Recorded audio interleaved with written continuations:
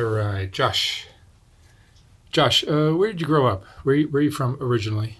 I grew up in southern Illinois, like Cardinal, Marion area. I grew up, Tell me about your mom and dad. uh, I didn't really meet my dad till I was about 11. But my mom, she was in and out. She was on drugs. And so I was pretty much raised with her, my grandma, with my aunt. And I kind of flip-flopped back and forth.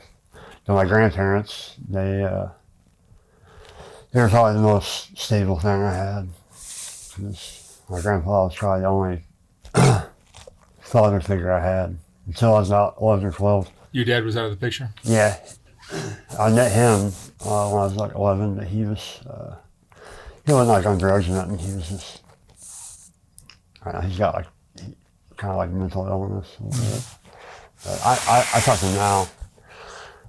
After I had my, this car wreck, he was around a lot, you know, so I lived with him for a while. So tell me, you have some things going on with your face. Tell me what that's all about. In 2014, I was heading home from work, and I fell asleep, and I hit a guy head on, and killed the guy I hit, and then it fucked my face up for hell. So it's a pretty bad accident. Yeah. You were 14 and you were driving? No, it was in 2014. 2014. Yeah, I was 23. 23. Yeah. And I've had reconstructive surgeries and stuff, and I just got, it started being a lot, you know, and it was a lot in life when you're 23, you know, that's a lot to deal with. It's a lot to deal with at any age, I think. Right. And it got the best of me and the painkillers. I got hooked on the painkillers bad, and it just took a whole roll, you know. And you're touching your throat. Yeah. What does that do? Well, that was just for surgeries. Whenever for surgeries, they couldn't operate on my face without sedation, so they gave me a trach. And when I stopped with the reconstructive surgeries, I just took it out. And it just didn't grow in or nothing. So it's still there. But if I didn't have it, I couldn't smoke vapes or nothing. That's how I smoke out because I can't close my mouth. Right. How has your life changed since this happened to you? That's all right. Yeah. Well, it flipped upside down, you know. I was a young man. But I would never take it back if I had to. Really? I wouldn't. Yeah, it's interesting how many people have been through things, terrible things like what you went through at 23, that don't say they wish it never happened. If you'd asked me about 5 years ago, I probably would have said I would have. Really? Yeah. But as I get older, I realize, you know, it's all about stuff you overcome. How has it changed you? Well, it's just like a chain reaction, you know. It gives you, if I wouldn't gotten a wreck, I probably wouldn't got on drugs. If I wouldn't got on drugs, I probably wouldn't got clean. If I wouldn't got clean, I wouldn't realize all the stuff I got, all the stuff I should be thankful for. I wouldn't met my wife. I wouldn't have my son. So you're married now? I am married. And you have a son? I have more kids, but I got a son right now. He's going through a lot. He's got a heart condition. But I love all my kids. I'm not just saying him, but him right now in this place. I'm glad I went through all that. It humbled me, you know. And they should better man. And even though everybody, we go through stuff every day, it's hard every day, no matter what. But I know I'm in the right place. I know I'm not. I don't know what. Obviously, it's supposed to happen this way, you know. So you took to drugs after this happened? I did. It was hard to deal with, I'm sure. Yeah, I just didn't know where to go. I was working, you know. I worked in the coal mines from the time I was about 19 till the wreck. And with coal mines, and I traveled around like sinking shafts. Basically mining is all it is. And then, you know, and I I didn't really have a set thing in my head, like what to do like a grown man. I'm not saying I wasn't a grown man, but just, I was still a kid, you know, so it happened. And it went to a bunch of series of events that kind of made you grow up. You know what I'm saying? So what drugs did you go to? Everything. Everything. Yeah, heroin. Just trying to escape? Yep, meth.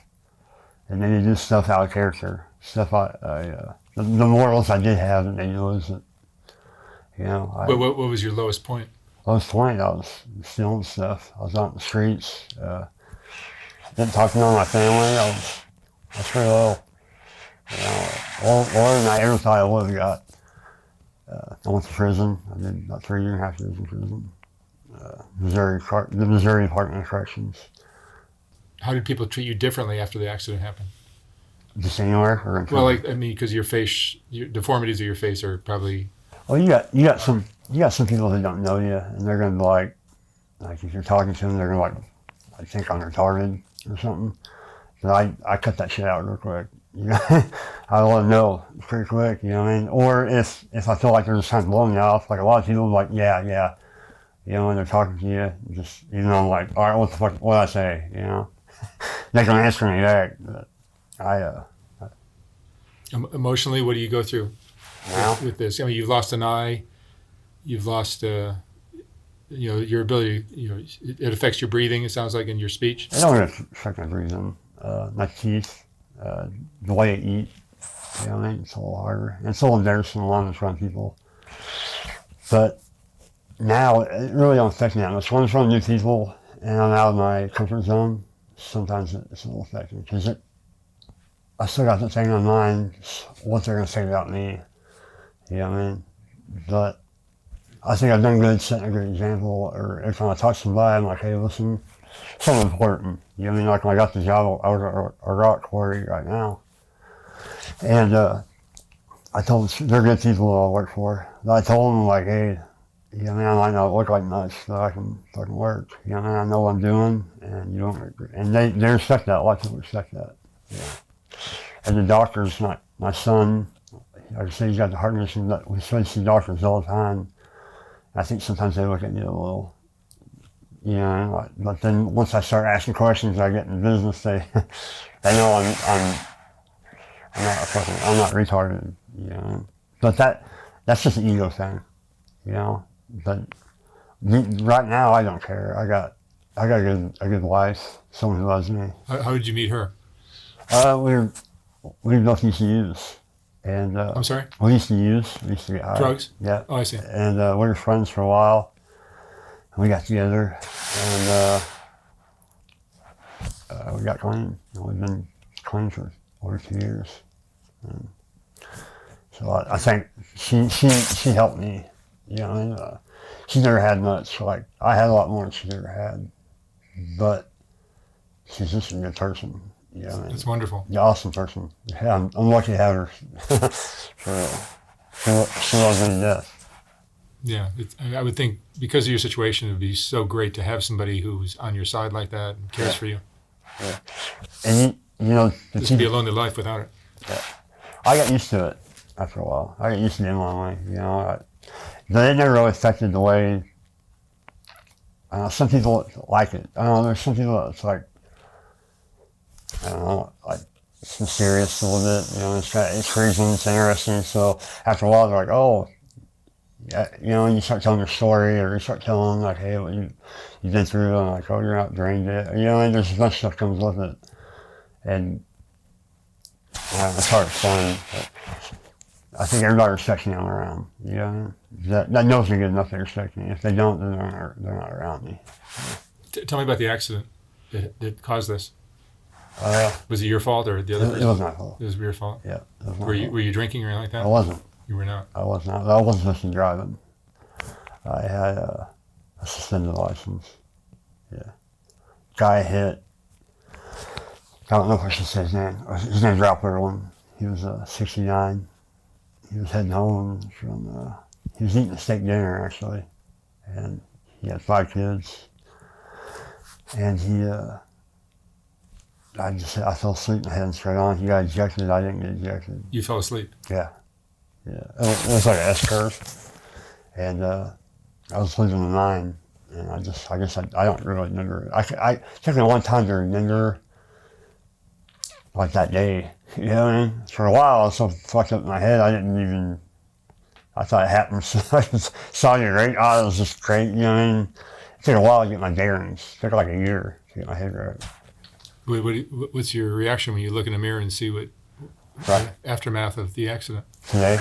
No, like after you woke up in the hospital and it was hard. It was hard, When like I said, like the first year I didn't have my bearings. So I really didn't know what to think. I was just like emotional. I was doped up. So I didn't really know. I had a lot of people in the hospital. I didn't really know what was going on. The only thing I knew is that they said that they're going to fix my face. I said, they can't ever fix your face. But they said that they're going to reconstruct it. And so that's why I thought I wanted right then, right there. And then as I started getting better, I figured it's not ever going to get right. It's going to take a long time. And it might have been worth it, but it's a hard thing to get stuck in. That's like a long 8 years. That's not living life, you know what I mean? Even though I was sitting high and I was doing all this dumb shit, I was still experiencing something I hadn't experienced. More than just sitting in a hospital bed, you know, or waiting to get the next surgery, waiting on the next script of pain pills, you know. But it was a lot worse than this. It was like all open, and you can see my sinuses and shit. oh really? Yeah, they took my bone from here and then my top jaw. They took a piece of meat. They said that's what this is, like a meat graft. And then they took an artery or a piece of vein, so it was, from my leg to plug that into my artery so I could, you know, shit. How have you changed as a man from all of this? I become a man. I was a kid before, you know. I become a man. It took me a long time. I felt like I had something wrong with my head. You know what I mean? Because I didn't think like everybody else. I was just immature in my head. And that was for a long time. That was just until, for real, I got sober. You know, I started realizing, hey, I got to take a rent. You know, you got just responsibilities. Just like having something for my kids. Just anything a man should think. Like what my dad should have thought for me. You know what I'm saying? What my dad, I think about that now. And what I see my grandpa be. You know, he was a man. I'm just trying to build the best I can, build better me, best I can, you know. I want something for myself. I don't want to just. But having taken another man's life certainly must change you in some way. It did. Probably for the better. It did. At first I didn't really understand it, you know. But now, I'm glad it wasn't another of the kids. It could have went 100 times worse. Not saying his life isn't any better than theirs, but it did, that is something I figured out, you know what I mean? But there was days I would have traded them. It's not like I wanted that to happen, you know what I mean? And you'd have traded places with him. definitely, there's days I would have. I'm glad I wouldn't get it now, but there's definitely days I would have traded them, you know? So I'm grateful I'm not in that place now. And I feel bad for his daughter. I tried to talk to his daughter twice. And she's the only one out of all of them. You tried to talk to who? His daughter. His daughter? Yeah. I think he's got either 4 daughters and 1 son, or 4 sons and 1 daughter. I can't remember. One of them, because I went to court over that.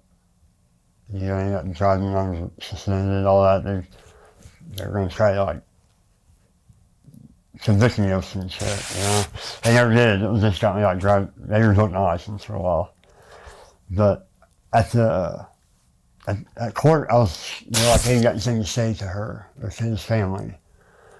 And I was just trying to say I'm sorry, you know what I mean? And she just kind of was like, you know, I don't want to hear that, and this and that. But it was just a case of you falling asleep at the wheel. It was. That's not the way she looks at it. I don't know how she looks at it. I couldn't tell you, because I've never been in that situation. I try to be empathetic for her, you know, or sympathetic. But it's not that I don't regret it, you know. What are you afraid of now? What am I afraid of now? I'm afraid of, right now my son, he's got a lot going on. I'm afraid,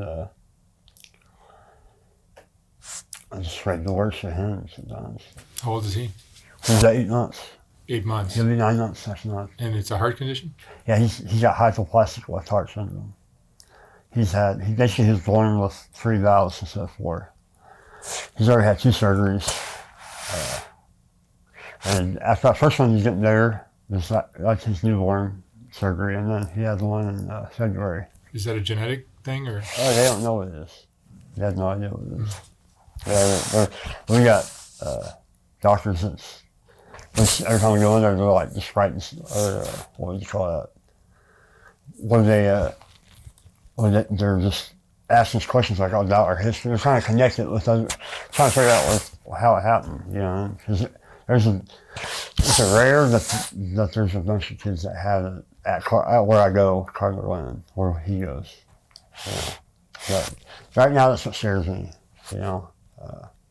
I'm not scared of getting high. I'm not scared of like losing. I'm just scared of not getting, you know, and not living up to what I should be living up to.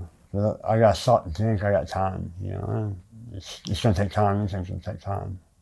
That he's what really. Right now, he's just what has where my head's at. Josh, what would you say is the most important thing you've learned from all of this?